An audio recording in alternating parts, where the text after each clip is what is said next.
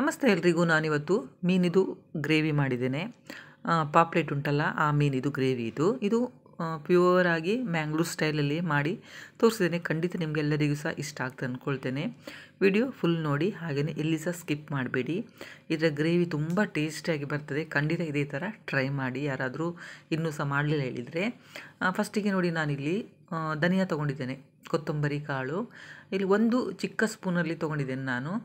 ಹಾಗೆಯೇ ಸ್ವಲ್ಪ ಮೆಣಸಿನಕಾಳು, ಇಲ್ಲಿ ನಾನು 2 ಮೀನು ತೊಗೊಂಡು ಕಟ್ ಮಾಡಿ ಇಟ್ಕೊಂಡಿದ್ದೇನೆ. ಜಾಸ್ತಿ ಮಾಡ್ತಾಯಿಲ್ಲ, 2 ಮೀನಿದು. ಹಾಗೆಯೇ ಒಂದು 1/4 ಟೀ ಸ್ಪೂನಷ್ಟು ಜೀರಿಗೆ, ಸ್ವಲ್ಪ ಓಮದ ಕಾಳು, ಅಜ್ವೈನ್ ಉಂಟಲ್ಲ ಅದು, ಓಮ ಅಂತೇಳಿದರೆ. ಹಾಗೆಯೇ ಸ್ವಲ್ಪ ಸಾಸಿವೆ ಹಾಕ್ತಾಯಿದ್ದೀನಿ. ಸಾಸಿವೆ ಸಹ ಜಾಸ್ತಿ ಹಾಕಲಿಕ್ಕಿಲ್ಲ, ಸ್ವಲ್ಪ ಹಾಕಿದರೆ ಸಾಕು. ಅದರ ಜೊತೆಯಲ್ಲಿ ಮೆಂತೆ ಒಂದು 8 ಕಾಳಷ್ಟು ಸಾಕಾಗ್ತದೆ, ಸ್ವಲ್ಪ ಗ್ರೇವಿ ಎಲ್ಲ. ಇದು ಡ್ರೈ ರೋಸ್ಟ್ ಮಾಡ್ಕೊಳ್ಬೇಕು. ಇದಕ್ಕೆ ಎಣ್ಣೆ ಹಾಕಿ ನಾನು ಫ್ರೈ ಮಾಡ್ತಾ ಇಲ್ಲ. ಒಬ್ಬರು ಸ್ವಲ್ಪ ತೆಂಗಿನ ಎಣ್ಣೆ ಹಾಕಿ ಅದನ್ನು ಫ್ರೈ ಮಾಡಿ ಮತ್ತೆ ಇದು ಮಾಡ್ತಾರೆ. ನಾನಿಲ್ಲಿ ಹಾಗೆಯೇ ಡ್ರೈ ರೋಸ್ಟ್ ಮಾಡ್ತಾ ಇದ್ದೇನೆ. ಮೀಡಿಯಮ್ ಮತ್ತು ಲೋ ಫ್ಲೇಮಲ್ಲಿ ಇಟ್ಕೊಂಡು ಇದನ್ನು ಡ್ರೈ ರೋಸ್ಟ್ ಮಾಡ್ಕೊಳ್ಬೇಕು. ತುಂಬ ಜನರಿಗೆ ನಾನು ನೋಡ್ತೇನೆ ಅಂತ ಹೇಳಿದರೆ, ನಮ್ಮ ದಕ್ಷಿಣ ಕನ್ನಡ ಬಿಟ್ಟು ಬೇರೆಯವರಿಗೆಲ್ಲರಿಗೂ ಸಹ ಈಗ ನಾವು ಸೌತ್ ಕನ್ನಡದಲ್ಲಿ ಮಾಡುವಂಥ ಮೀನಿದು ಪದಾರ್ಥ ಅಂತೇಳಿದರೆ ತುಂಬ ಇಷ್ಟಪಟ್ಟು ತಿಂತಾರೆ. ಖಂಡಿತ ನೀವು ಸಹ ಟ್ರೈ ಮಾಡಿದೆ ಈ ಥರ.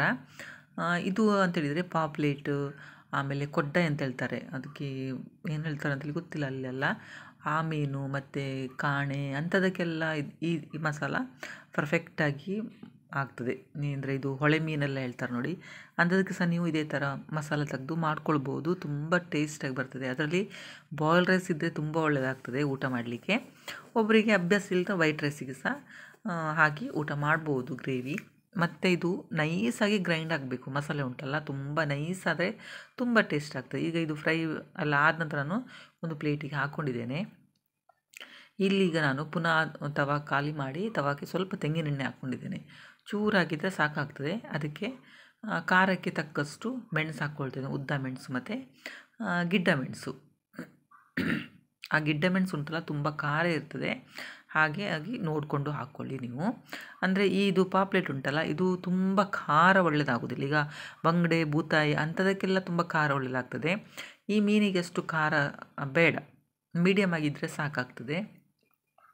ಈಗ ಇದನ್ನು ಎಣ್ಣೆಯಲ್ಲಿ ಚೆನ್ನಾಗಿ ಫ್ರೈ ಮಾಡ್ಕೊಳ್ತೀವಿ. ಚೆನ್ನಾಗಿ ಅಂತೇಳಿದರೆ ತುಂಬ ಕಪ್ಪಾಗೋ ತನಕ ಅಲ್ಲ, ಸ್ವಲ್ಪ ಇದಾಗ್ತದಲ್ಲ ಅಷ್ಟು ತನಕ ಇದನ್ನು ಫ್ರೈ ಮಾಡಿದರೆ ಸಾಕು. ಇದು ಈಗ ಫ್ರೈ ಆಗಿತ್ತು ನೋಡಿ. ಇಲ್ಲಿ ಕೊತ್ತಂಬರಿ ಅದೆಲ್ಲ ಒಟ್ಟು ಮೆಣಸು ಹಾಕ್ಕೊಂಡೆ. ಈಗ ಮಿಕ್ಸಿ ಜಾರಲ್ಲಿ ಸಹ ಹಾಕ್ಕೊಂಡಿದ್ದೇನೆ. ಈಗ ತೆಂಗಿನ ತುರಿ ಸಹ ಆ್ಯಡ್ ಮಾಡ್ತೇನೆ ನಾನು. ತೆಂಗಿನ ತುರಿ ಸಹ ನೋಡಿ ಸ್ವಲ್ಪ ಹಾಕ್ತಾಯಿದ್ದೇನೆ, ಜಾಸ್ತಿ ಇಲ್ಲ.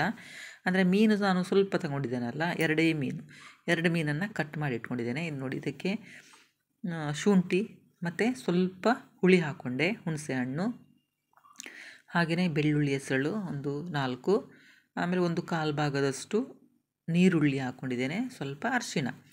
ನೀವು ಮಿಕ್ಸಿ ಜಾರಲ್ಲಿ ಗ್ರೈಂಡ್ ಮಾಡಿದರೆ ಮಾಡಿಲ್ಲ ಅಂತ ಗ್ರೈಂಡರಲ್ಲಿ ಮಾಡಿದರೆ ಇನ್ನೂ ಸಹ ಒಳ್ಳೆಯದಾಗ್ತದೆ. ಕಲ್ಲಲ್ಲಿ ರುಬ್ಬಿದರೆ ಇನ್ನೂ ಸಹ ನೈಸಾಗಿ ಇದು ಮಾಡಿದರೆ ಟೇಸ್ಟ್ ತುಂಬ ಒಳ್ಳೇದು ಬರ್ತದೆ. ನೋಡಿದ್ರೆ ಎಷ್ಟು ನೈಸಾಗಿ ಗ್ರೈಂಡ್ ಮಾಡ್ಕೊಳ್ಬೇಕು. ಮೀನಿದು ಯಾವುದೇ ಮೀನಿದು ನೀವು ಗ್ರೇವಿ ಮಾಡೋದಿದ್ರೂ ಸಹ ತುಂಬ ನೈಸಾಗಿ ಗ್ರೈಂಡ್ ಮಾಡ್ಕೊಳ್ಬೇಕು. ಅದರಲ್ಲೂ ಮಡಿಕೆಯಲ್ಲಿ ಮಾಡಿದರೆ ತುಂಬ ಟೇಸ್ಟಾಗಿ ಬರ್ತದೆ ಮೀನಿದೆಲ್ಲ ಗ್ರೇವಿ.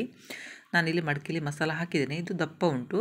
ಇದೀಗ ಸ್ವಲ್ಪ ನೀರು ಆ್ಯಡ್ ಮಾಡ್ತೇನೆ ನಾನು ಇದಕ್ಕೆ. ಇಷ್ಟು ದಪ್ಪ ಇದ್ದರೆ ಅಷ್ಟು ಒಳ್ಳೆಯದಾಗೋದಿಲ್ಲ. ಹಾಗೆಯೇ ಮೀನಿದು ಗ್ರೇವಿ ತುಂಬ ತೆಳು ಸಹ ಇರಬಾರ್ದು, ತೆಳು ಇದ್ದರೆ ಸಹ ಅಷ್ಟು.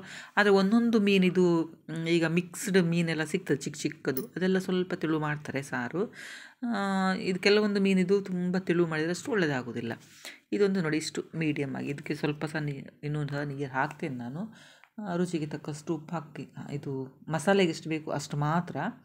ಯಾಕಂತೇಳಿದರೆ ನಾನು ಮೀನು ಕಟ್ ಮಾಡಿ ಕ್ಲೀನ್ ಮಾಡಿ ಅದಕ್ಕೆ ಉಪ್ಪು ಹಾಕಿಟ್ಕೊಂಡಿದ್ದೇನೆ, ಹಾಗಾಗಿ ಮಸಾಲೆಗೆ ಎಷ್ಟು ಬೇಕು ಅಷ್ಟು ಮಾತ್ರ. ನಿಮಗೆ ಇನ್ನೂ ಸಹ ಸ್ವಲ್ಪ ತೆಳು ಬೇಕಿದ್ರೆ ಸ್ವಲ್ಪ ನೀರನ್ನು ನೀವು ಆ್ಯಡ್ ಮಾಡ್ಬೋದು. ಇದು ಕುದಿ ಬರಲಿಕ್ಕೆ ಸ್ಟಾರ್ಟ್ ಆಗೋ ತನಕ ನಾವು ಇದನ್ನು ಮಿಕ್ಸ್ ಮಾಡ್ತಾನೇ ಇರಬೇಕು. ನಾನಿಲ್ಲಿ ಸ್ವಲ್ಪ ನೀರು ಆ್ಯಡ್ ಮಾಡ್ಕೊಂಡಿದ್ದೇನೆ ನೋಡಿ, ನನಗೆ ಸ್ವಲ್ಪ ದಪ್ಪ ಅನ್ನಿಸ್ತು. ಹಾಗಾಗಿ ನೀವು ಅಂದರೆ ಇದು ಕುದಿ ಬರ್ತಾ ಇರುವಾಗ ಇದೇ ಥರ ಮಿಕ್ಸ್ ಮಾಡ್ತಾ ಇರಬೇಕು.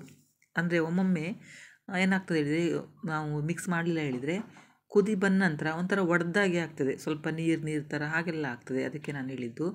ಈಗ ಮೀನಿದು ಗ್ರೇವಿಗೆ ನಾನಿಲ್ಲಿ ಒಗ್ಗರಣೆ ರೆಡಿ ಮಾಡ್ಕೊಳ್ತಾ ಇದ್ದೇನೆ.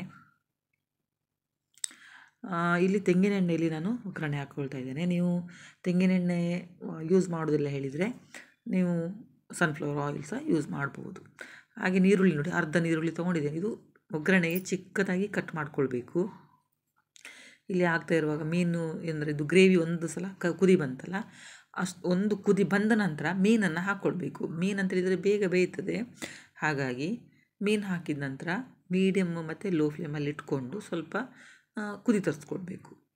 ತುಂಬ ಹೊತ್ತು ಏನು ಕುದಿ ತರಿಸ್ಕೊಳ್ಳೋ ಅಗತ್ಯ ಇಲ್ಲ. ಯಾಕಂತ ಹೇಳಿದರೆ ಒಂದು ಸಲ ಕುದಿ ನಾವು ಅಂದರೆ ಕರೆಕ್ಟಾಗಿ ಕುದಿ ತರಿಸಿದ್ರೆ ಹಸಿ ವಾಸನೆ ಹೋಗೋಷ್ಟು ಕುದಿ ಬಂದಿದೆ. ಈಗ ಮೀನು ಹಾಕಿದ ನಂತರ ಸ್ವಲ್ಪ ಕುದಿ ಬಂದರೆ ಸಾಕಾಗ್ತದೆ. ನೋಡಿ, ಮೀನೆಲ್ಲ ಬೆಂದಿದೆ, ಗ್ರೇವಿ ಸಹ ರೆಡಿ ಆಗಿದೆ. ಇಲ್ಲಿ ಒಗ್ಗರಣೆ ಸಹ ನಾನು ನೀರುಳ್ಳಿ ಎಲ್ಲ ಫ್ರೈ ಮಾಡಲಿಕ್ಕೆ ಇಟ್ಕೊಂಡಿದ್ದೆಲ್ಲ ಅದು ಸಹ ರೆಡಿ ಆಗ್ತಾ ಬಂತು. ಈಗ ನೋಡಿ, ಇಲ್ಲಿ ನಾನು ಕರಿಬೇವು ಸಹ ಆ್ಯಡ್ ಮಾಡಿದೆ. ಸ್ವಲ್ಪ ಫ್ರೆಶ್ ಕರಿಬೇವು ಇದ್ದರೆ ಆ್ಯಡ್ ಮಾಡ್ಕೊಳ್ಳಿ. ಈಗ ಇದನ್ನು ಸಹ ನಾನು ಮೀನಿದು ಗ್ರೇವಿಗೆ ಆ್ಯಡ್ ಮಾಡ್ಕೊಳ್ತೇನೆ. ತುಂಬ ಟೇಸ್ಟಾಗಿ ಬರ್ತದೆ, ಖಂಡಿತ ಟ್ರೈ ಮಾಡಿ. ಇದು ದೋಸೆ ಜೊತೆಲಿ, ನೀರು ದೋಸೆ ಜೊತೆಲೆಲ್ಲ ತಿನ್ಬೋದು ಮೀನಿದು ಗ್ರೇವಿ ಏನಾದರೂ ಇದ್ದರೆ. ಆಮೇಲೆ ಕಪ್ಪ ರೊಟ್ಟಿ ಅಂತೇಳಿ ಮಾಡ್ತೇವೆ ನಾವು, ಅದು ಸಹ ನಾನು ವಿಡಿಯೋ ನಿಮ್ಮ ಜೊತೆ ಶೇರ್ ಮಾಡ್ಕೊಂಡಿದ್ದೇನೆ. ಆದರೆ ಇದ್ರ ಜೊತೆಲಿ ನಾನು ನಿಮಗೆ ಇದು ಮಾಡ್ತೀನಿ ಆ ವಿಡಿಯೋ ಸಹ. ಅದರಲ್ಲಿ ಸಹ ನಾವು ಈ ಮೀನು ಗ್ರೇವಿ ಇದ್ದರೆ ತುಂಬ ಟೇಸ್ಟ್ ಆಗ್ತದೆ ತಿನ್ನಲಿಕ್ಕೆ ಸಹ. ಖಂಡಿತ ನೀವು ಟ್ರೈ ಮಾಡಿ ಈ ಮೀನಿದು ಗ್ರೇವಿ, ಮತ್ತು ನನಗೆ ಕಮೆಂಟ್ ಮಾಡಿ ಹೇಳಿ. ನೋಡಿ, ಇಷ್ಟೇ ದಪ್ಪ ಇರಲಿ, ತುಂಬ ತೆಳುವು ಮಾಡಲಿಕ್ಕೆ ಹೋಗ್ಬಿಡಿ, ತುಂಬ ದಪ್ಪ ಸಹ ಮಾಡಲಿಕ್ಕೆ ಹೋಗ್ಬಿಡಿ. ಪರ್ಫೆಕ್ಟಾಗಿ ಬಂದಿದೆ. ಖಂಡಿತವಾಗಲೂ ಮಾಡಿ, ತುಂಬ ಟೇಸ್ಟಾಗಿ ಬರ್ತದೆ. ನಾನು ಅದೇ ಹೇಳಿದ್ನಲ್ಲ, ಒಬ್ಬರಿಗೆ ಇದು ಮ್ಯಾಂಗ್ಳೂರ್ ಸ್ಟೈಲ್ ಇದು ಚಿಕನ್ ಇದು ಗ್ರೇವಿ ಅಂತೇಳಿ ತುಂಬ ಇಷ್ಟಪಟ್ಟು ತಿಂತಾರೆ. ಹಾಗಾಗಿ ಈ ವಿಡಿಯೋ ಮಾಡಿ ನಿಮ್ಮ ಜೊತೆಲಿ ಶೇರ್ ಮಾಡ್ಕೊಂಡಿದ್ದೇನೆ. ನಿಮಗೆಲ್ಲ ಇಷ್ಟ ಆಗಿದೆ ಅಂದ್ಕೊಳ್ತೇನೆ. ಲೈಕ್ ಮಾಡಿ, ಶೇರ್ ಮಾಡಿ, ಸಬ್ಸ್ಕ್ರೈಬ್ ಮಾಡೋದನ್ನು ಮರಿಬೇಡಿ. ವಿಡಿಯೋ ನೋಡಿದ್ದಕ್ಕೆ ಥ್ಯಾಂಕ್ ಯು.